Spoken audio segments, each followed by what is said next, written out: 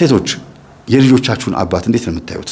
ፈታችሁም ያልፈታችሁም የፈታችሁ እና ሲንግል ማም ሆናችሁ ወይም ለየብቻ ሆናችሁ ባላችሁ ልጆቻችሁ የምታሳድጉ እስቲ ስለ ባላችሁ አስቡ። ዝም ብላችሁ አስቡ እስቲ። ያን ያክል ጨካኝ ያን ያክል ክፉ ያደረገው አንቺን ሊጎዳ ወይም እናንተን ሊጎዳ የሆነ እንድትሞቱ ስለሚፈልግ ነው ወይስ እናንተ ጋር ምላጭ የሚያስውጥልህ ስላለ ነው? ያ ሰው ዘልዛላም ቢሆን ገንዘብ ቋጣሪም ቢሆን ጨባጭ ቢሆን ወይ ሌላ ብቻ በአጠቃላይ ችግር አለበት ብላችሁ የምታስቡት ነገር ያ ባላችሁ ላይ የምታውቁት ነገር የሆነው ከምንድን ነው?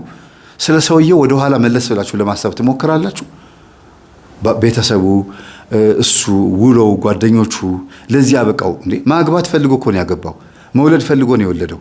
ወንድ ልጅ ደግሞ ሳያስተውል ሳያስብበት አያገባም። ድንገት አረገዝኩ ካለችው እሺ ብሎ ቶሎ ሊሰበሰብ ይችላል። ያም ከሆነ ግን በቃ ልክ ከወለደ በኋላ ትዳር ከተሰበሰበ በኋላ ሲሪየስ የሆነ ላይፍ ለመኖር ይፈልጋል። በጎን ያመነዘረም ቢሆን ትዳሬ ብሎ ይመለሳል። የሚገርማችሁ ግን ጥፋተኛ አይደለም እያልኩኝ አይደለም ያለሁት። ደካማ ጎኑን ሚስት በደንብ ካወቀችው ታስጥለዋለች። ባሏ ብቻ አይደለም ጓደኛዋ፣ አባቷ፣ ወንድሟ፣ ሚስጥረኛዋ ማድረግ ትችላለች። ያ ደካማ ጎኑን በደንብ ስታቀው ነው። ወንድ ልጅ ደካማ ጎን አለበት። አዎ ሴት ልጅስ አለባት። ደካማ ጎንን ለመተዛዘል እኮ ነው መጋባት የሚያስፈልገው፣ ለመቻቻል። እኔ ለምሳሌ ደገፍ ብዬ ባለቤቴ ጋር እንደዚህ ደገፍ ካልኩኝ እሷም ደክማት ደገፍ ካለች ሁለታችንም ተደጋገፍን። እኔ እንደዚህ ካልኳት ትወድቃለች፣ እሷም ብትሻሽኝ እወድቃለሁ። ያ ተንኮል ይባላል። እኔ እንዳላርፍ የምትሻሸኝ ከሆነ እወድቃለሁ ማለት ነው።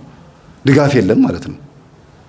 እና እመቤታችን ቅድስት ድንግል ማርያምን በመቋሚያ ለምን መስላት እንደዚህ አድርገን እንደዚህ አይደለም ቅዳሴ ስናስቀድስ? አዎ ልክ እንደዛ ደግሞ ድጋፍ ወይም ደግሞ ረዳት አድርጎ መውሰድን ደካማ ጎንን ከማወቅ ጋር መሆን አለበት። ባሌ ጠንካራ ጎኑ ምንድነው? ደካማ ጎኑ ምንድነው? ሚስቴ ጠንካራ ጎኗ ምንድነው? ደካማ ጎኗ ምንድነው ብሎ ማወቅ ይጠቅማል። ለምን ስትናደር ስትበሳጭ በል የሚለው ነገር ለመታገስ ይመቻል። እሷም እሱም ሁለቱም ቻል አድርጎ እልፍ ካለ በኋላ ነገሮችን ወደ ሰላም ለማምጣት ጥረት ማድረግ አያዋጣማ እንዴ? እንጋባ አብረን እንኑር ትዳር የሚለው ቋንቋ በራሱ እኮ ትልቅ ሐሳብ እኮ ነው። ይሄን የመሰለ የተከበረ ሐሳብ ሁለታችሁም አስባችሁበት ተጋብታችሁ በሰርግም ይሁን ባይሆንም ተጋብታችሁ ልጅ ወልዳችሁ በትንንሽ ነገሮች እልህ ውስጥ መጋባትና መካረር ምን ይሉታል? ይሄ እኮ እንስሳነት እኮ ሕፃንነት እኮ ነው። ይሄ ባልና ሚስት ሆነው በነገር መጠሳጠስ ሲገባ ሲወጣ ስትገባ ስትወጣ የሆነ ነገር እልህ ውስጥ በቃ ሕፃን ጨዋታ መጫወት